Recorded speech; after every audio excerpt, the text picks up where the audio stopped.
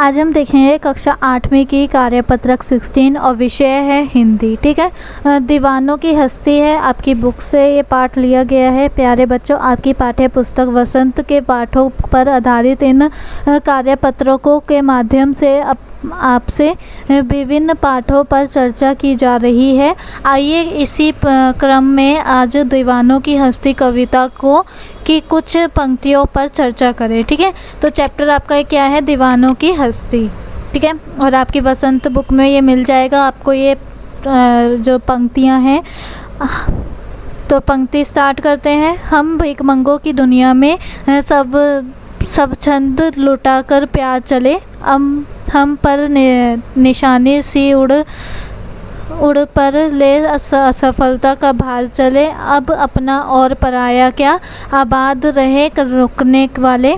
हम स्वयं बंधे थे और स्वयं हम अपने बंधन तोड़ चले। ठीक है, तो ये उनकी पंक्ति है। अब इसका मतलब क्या है वो भी हम देखते हैं। तो फर्स्ट पंक्ति का मतलब क्या है?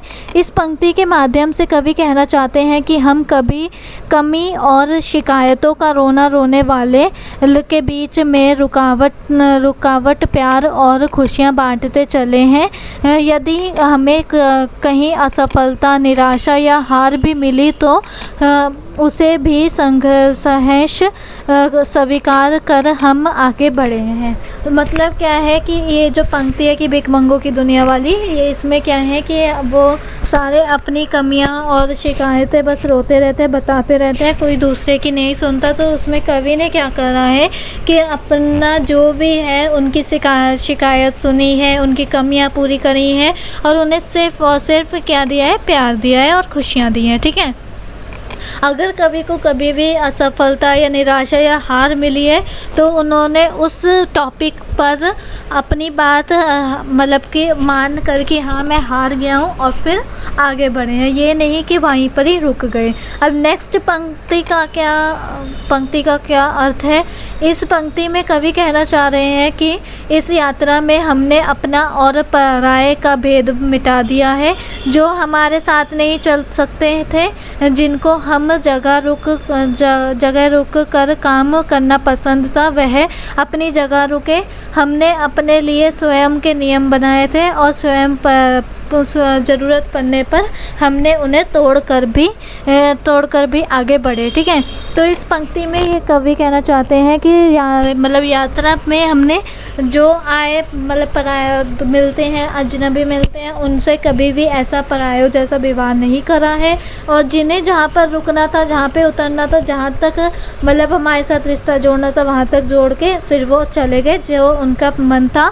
ठीक है, उसके बाद क्या कहा है कि हमने अपने जो नियम हैं, अपने कानून हैं, अपने रूल्स हैं, वो खुद बनाए हैं और खुद ही ज़रूरत पड़ने पे उन्हें तोड़ के आगे भी बढ़े हैं। अब यहाँ पर हमारा वर्ड आया था उर का मीन्स क्या होता है? यहाँ पर उर आया था। उर का मतलब क्या होता है? हृदय। ठीक है, तो अब आते हैं नेक्स्ट। आशा है आपने इन पंक्तियों के भावार्थ को समझ लिया होगा। आइए कहीं इन्हीं पंक्तियों पर आधारित कुछ प्रश्न के उत्तर खोजें और लिखते हैं। ठीक है, तो यहाँ पर देखो फर्स्ट क्वेश्चन क्या है? कवि लोगों को भिखमंगों की दुनिया क्यों कह रहे हैं। अब यहाँ पर कवि लोगों को भिखमंगों की दुनिया इसलिए कह रहे हैं, तो आप यहाँ पर क्या लिख लोगे? क्योंकि की जगह लिखोगे इसलिए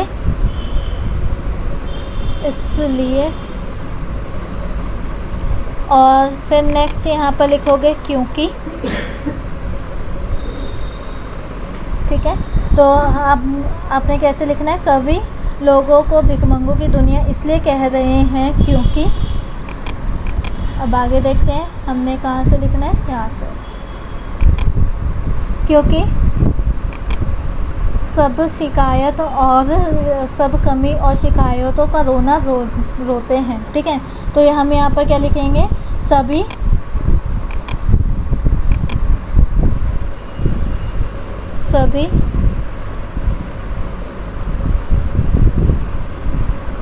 कमी और शिकायतों का रोना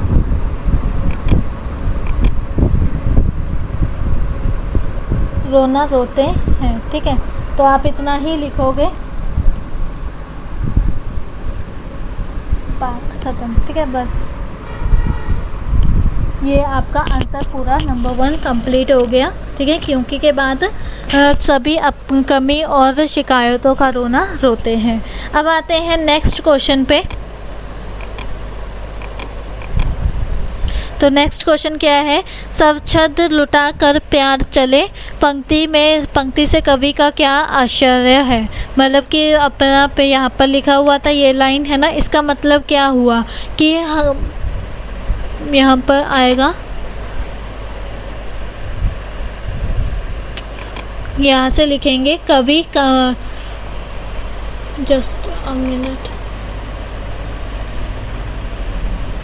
तो हम यहाँ पर लिखेंगे कि ये पहले आप लिखोगे, फिर उसके बाद पंक्ति से कवि का ये है, यहाँ पर क्या लिखोगे आप, यह लिखोगे इसकी जगह, यह है आश्चर्य है कि यह आश्चर्य है कि हम कमी और शिकायतों का रोने वाले लोगों के बीच बिना रुकावट प्यार खुशियाँ बांटते चले हैं, ठीक है। तो ये आपका आंसर नंबर 2 हो जाएगा। उसके बाद आते हैं नेक्स्ट वाले पे। थर्ड क्वेश्चन हमसे क्या कह रहा है, सवच्छद शब्द का विलोम पता है, लिखिए। तो इसका विलोम क्या हो जाएगा आपका, इसका विलोम होएगा नियंत्रित।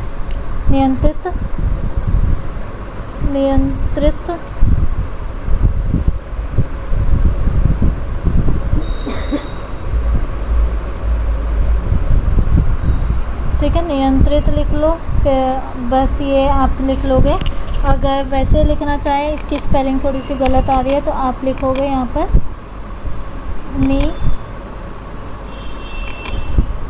नियंत्रित, ठीक है।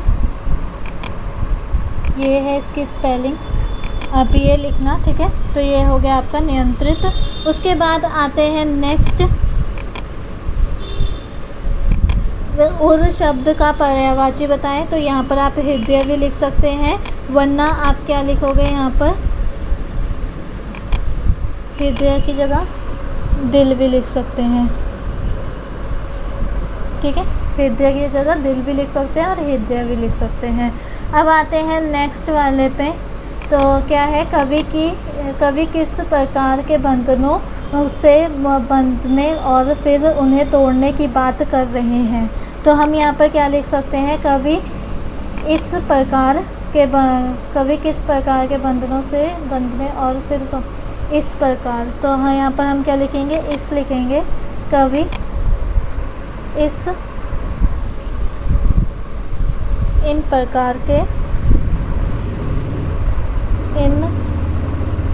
प्रकार के बंधनों से बंधने और फिर उन्हें तोड़ने की बात कर रहे हैं के बाद हम लिखेंगे यहाँ पर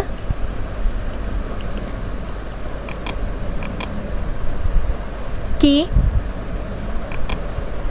यहाँ पर आप लिखोगे पहले कि कवि अपने, यहाँ से फिर कवि अपने लिए स्वयं के नियम बनाते थे और ज़रूरत पड़ने पर हम उन्हें तोड़ भी देते थे, तोड़कर आगे भी बढ़ जाते थे, ठीक है। तो ये आपका आंसर नंबर 4 भी हो गया, आंसर नंबर 4 शायद से 5, आंसर नंबर 5 भी आपका कंप्लीट हो गया है। अब देखते हैं गतिविधि क्या दे रखी है। गतिविधि है, उपयुक्त पंक्ति में आपको कौन सी बात सबसे ज़्यादा अच्छी लगी और क्यों, ठीक है। अनुच्छेद के रूप में अपने विचार लिखिए। तो हम यहाँ पर से लिखते हैं फर्स्ट ऑफ ऑल, यस। तो हम अपना उत्तर कैसे लिखेंगे, कवि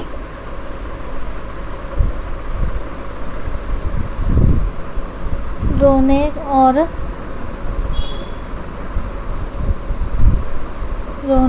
और शिकायत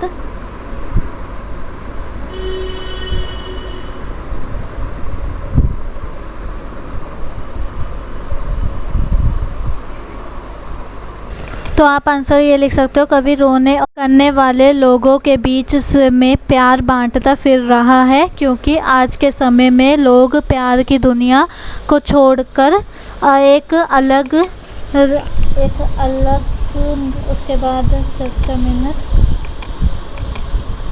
एक अलग दुनिया में जा रहे हैं। ठीक है, तो ये आप लिख लोगे। ये आपका गतिविधि भी कंप्लीट हो गई है और इसी के साथ हमारी कभी ये वर्कशीट भी कंप्लीट होती है। देन मिलते हैं हम अपने नेक्स्ट वीडियो में। तब तक के लिए वीडियो को लाइक कीजिए, शेयर कीजिए, चैनल पे नए हो तो सब्सक्राइब करना बिल्कुल ना भूलें, ताकि आपको सारी वर्कशीट्स ऐसे ही मिलती रहें। और कमेंट में ज़रूर बताना कि आपको वीडियो कैसी लगी।